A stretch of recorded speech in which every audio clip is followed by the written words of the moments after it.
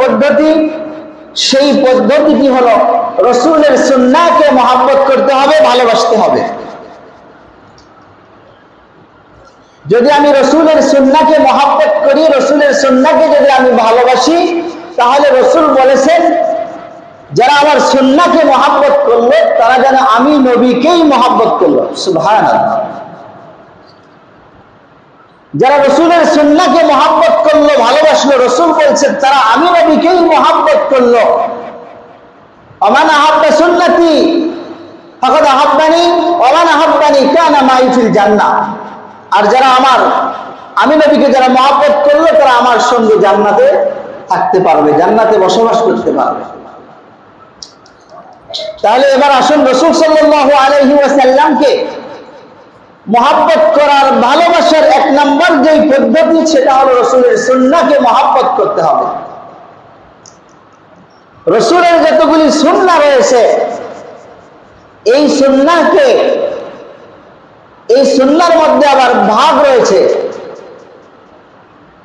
একটি হলো সুন্নাতে মুআক্কাদা, সুন্নাতে মুআক্কাদা, আর কিছু সুন্নাহ রয়েছে যেটা সুন্নাতে গায়রে মুআক্কাদা বা সুন্নাতে জায়েদা।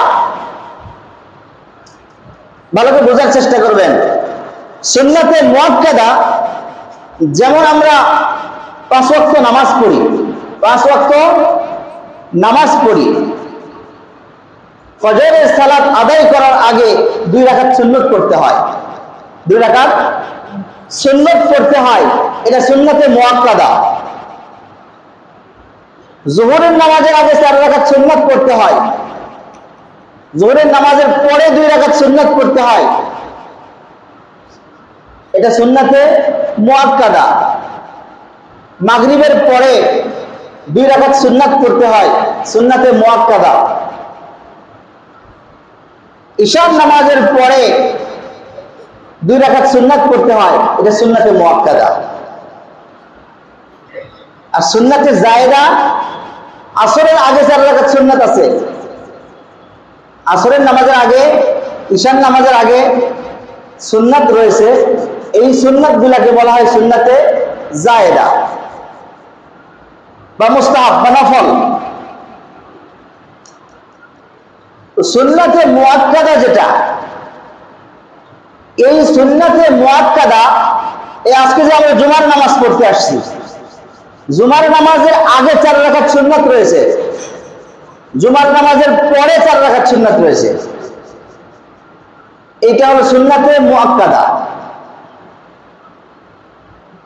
তাহলে সুন্নাতে মুআক্কাদা আর একটা হলো গায়রে মুআক্কাদা। যেটা সুন্নাতে মুআক্কাদা এটার গুরুত্ব বেশি, এটার গুরুত্ব অনেক বেশি। কেন মুআক্কাদা? রাসূল সাল্লাল্লাহু আলাইহি ওয়াসাল্লাম এই সুন্নাত ছাড়েন নাই, সর্বদা আদায় করেছেন, এজন্য এটা সুন্নাতে মুআক্কাদা, গুরুত্ব অনেক বেশি। আর যেটা সুন্নাতে গায়রে মুআক্কাদা বা জায়েদা, এটা কখনো আদায় করেছেন, কখনো করেন নাই, কখনো আদায় করেছেন, কখনো করেন নাই। তো সুন্নাতে মুআক্কাদা যেটা, এই সুন্নাতে মুআক্কাদার ফজিলতটা কি, এটা আদায় করলে আমাদের লাভ কি, এটা আমাদের জানার দরকার আছে না? সুন্নাতে মুআক্কাদা আদায় না করলে আমাদের ক্ষতি কি? সুন্নাতে মুআক্কাদা আদায় করলে লাভটা কি হবে, আর এই সুন্নাতে মুআক্কাদা যদি আদায় না করি তাহলে ক্ষতি কি হতে পারে? আমরা অনেক মুসল্লি আছি সুন্নাতে মুআক্কাদা আদায় করি না। যেমন আজকে জুমার নামাজ যখন হয়ে যাবে, মুনাজাত হয়ে যাবে, দেখবেন অনেকেই সালাম ফিরানোর পরে বার হয়ে চলে যাচ্ছে, সুন্নাতে মুআক্কাদা আদায় করে না। সুন্নাতে মুআক্কাদা আদায় না করেই মসজিদ থেকে নামাজ শেষ করে বাইরে চলে গেল। তাহলে এটা আমাদের জানার বিষয়, যারা আদায় করতেছে তাদের লাভটা কি হবে, আর আমরা যারা আদায় করতেছি না, সালাম ফিরে মুনাজাত শেষ করে আমরা চলে যাচ্ছি, আমাদের জন্য ক্ষতিটা কি হতে পারে জানার দরকার আছে না? অবশ্যই দরকার আছে। সুন্নতে মুআক্কাদা, যারা সুন্নতে মুআক্কাদা পাবন্দির সাথে আদায় করে, গুরুত্ব সহকারে ইহতিমামের সাথে যারা সুন্নতে মুআক্কাদা আদায় করে, হাদিসের মধ্যে আসছে আল্লাহ রসুল বলছেন কাল কিয়ামতের ময়দানে হাসরের মাঠে রসুলের শাফায়াত পাবে তারা। সুবহানাল্লাহ, সুবহানাল্লাহ একটু জোরে বলবেন না? সুবহানাল্লাহ অনেক দাম। যেখানে সুবহানাল্লাহ আলহামদুলিল্লাহ বলা দরকার বা বলতে হয় সেখানে অবশ্যই আমরা বলবো, কারণ এর অনেক মর্যাদা। হাদিসের মধ্যে আসে তাসবিহাতুন ওয়াহিদাতুন খায়রুম মিনাদ দুনিয়া ওয়া মা ফিহা। একবার যদি আমি সুবহানাল্লাহ বলি বা একবার যদি আমি আলহামদুলিল্লাহ বলি, পুরা দুনিয়া এবং দুনিয়ার মধ্যে যা কিছু আছে এই সব কিছু চেয়ে একবার সুবহানাল্লাহর মর্যাদা, একবার সুবহানাল্লাহর দাম অনেক বেশি।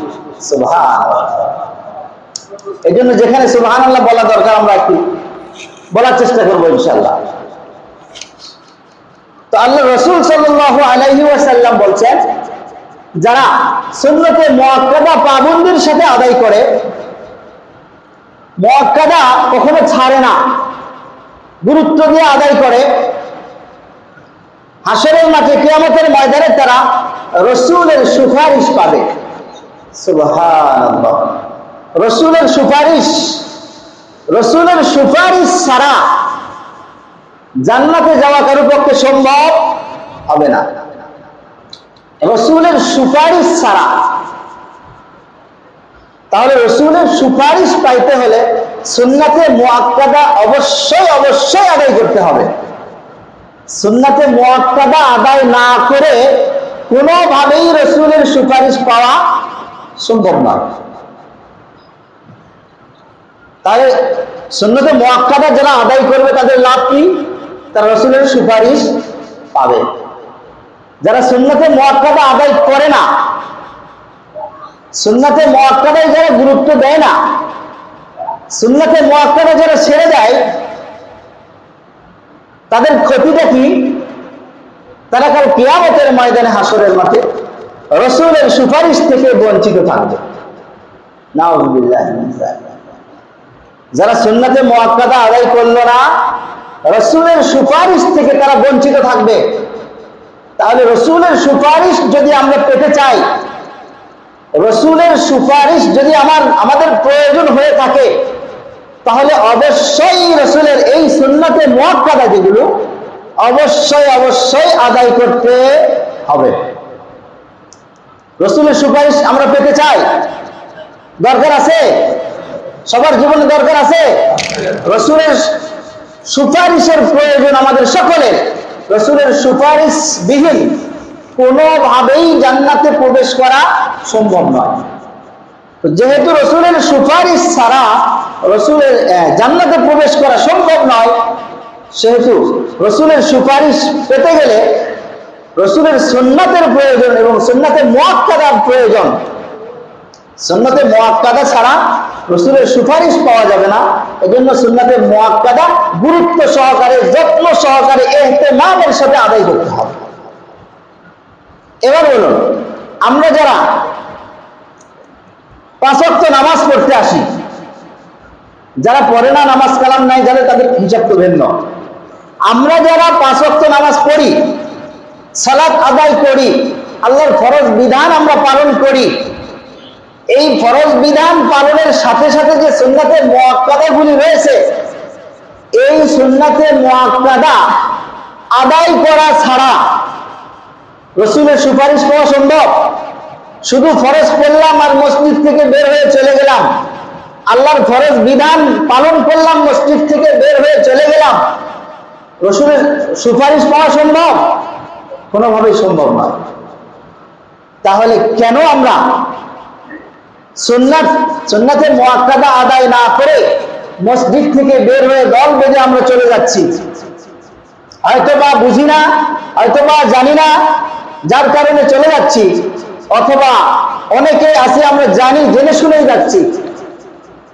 তো আজ থেকে আমরা তওবা করে নিব, আজ থেকে আমরা তওবা করে নিব যে ভবিষ্যতে আর কোনোদিন সুন্নাতে মুআক্কাদার প্রতি অবজ্ঞা করব না। তওবা করা যাবে? তওবা করা যাবে? আওয়াজ নাই, একটু হাতটা উঁচু করেন তো। তওবা করা যাবে? আমরা কেন তওবা করতেছি? আল্লাহ রসুলের সুপারিশ পাওয়ার লক্ষ্যে আমরা তওবা করতেছি, যাতে করে আমাদের রসুলের সুপারিশ আমাদের কপালে জুটে। রসুলের সুপারিশ কপালে জুটলেই জান্নাতে যাওয়া সম্ভব হবে। এই জন্য আজকে আমরা তওবা করব। ভবিষ্যতে আর কোনোদিন, বলেন ভবিষ্যতে আর কোনোদিন, সবাই আওয়াজ করে বলেন ভবিষ্যতে আর কোনোদিন। আওয়াজ সবাই করেননি।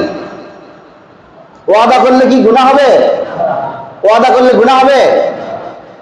আমি যদি ওয়াদা করি, আজকে এরাদা করি, এরপরে আর সুন্নতে মুআক্কাদা আমি ছাড়বো না, মনে হয় আমার গুনাহ হবে।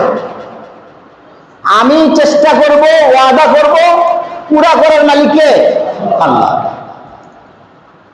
আমরা অনেকেই মনে করি ওয়াদা করলাম, আর যদি কোনোদিন ছেড়ে দিই তাহলে মনে এসে বড় গুনাহ হয়ে যাবে। না,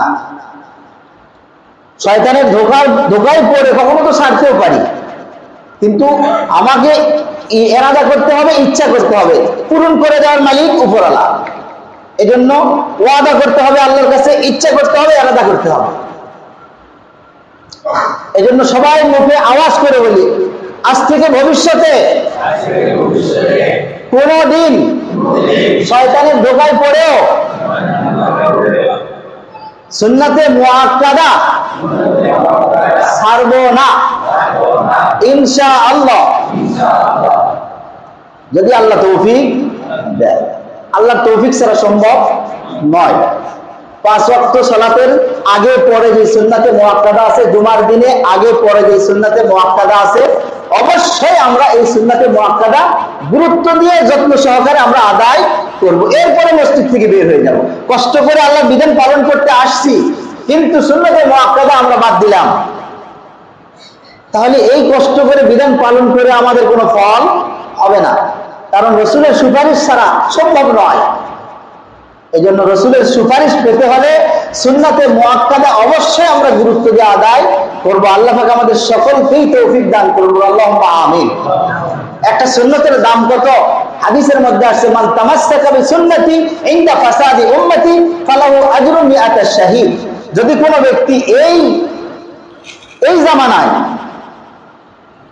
রসুলের একটা সুন্নতকে যদি আঁকড়ে ধরে, একটা সুন্নত আঁকড়ে ধরছে, সেই সুন্নতকে ছাড়ে না, রসুল বলছেন এর বিনিময়ে সে 100টা শহীদের সওয়াব তার আমলনামায় লেখা হবে। 100 শহীদের সওয়াব তার আমলনামায় লেখা হবে। আর যে ব্যক্তি সুন্নাতকে ছেড়ে দেয়,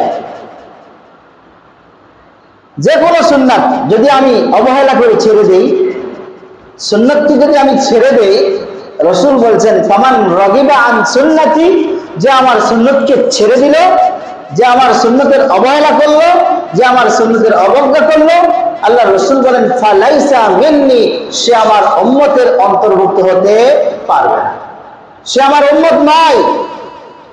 তাহলে রসুলের উম্মত হতে গেলে অবশ্যই রসুলের সুন্নাতের মাধ্যমেই উম্মত হতে হবে। এই জন্য রসুলের সুন্নাতের খুব গুরুত্ব, রসুলের সুন্নাতের খুব গুরুত্ব। সুন্নাতের মধ্যে সবচেয়ে বড় যেটা, সেটা হলো সুন্নাতে মুআক্কাদা। এটা যেন কোনোভাবেই আমাদের কাজা না যায়, কোনোভাবেই যেন এটা আমাদের বাদ না যায়। অন্যান্য সুন্নত যেগুলো, এগুলো আদায় করলে সওয়াব হবে, না করলে গুনাহ হবে না, কিন্তু সুন্নাতে মুআক্কাদা এটা যদি আমরা একের পরে এক যদি ছেড়ে দিই, আমরা গুনাহগার হব।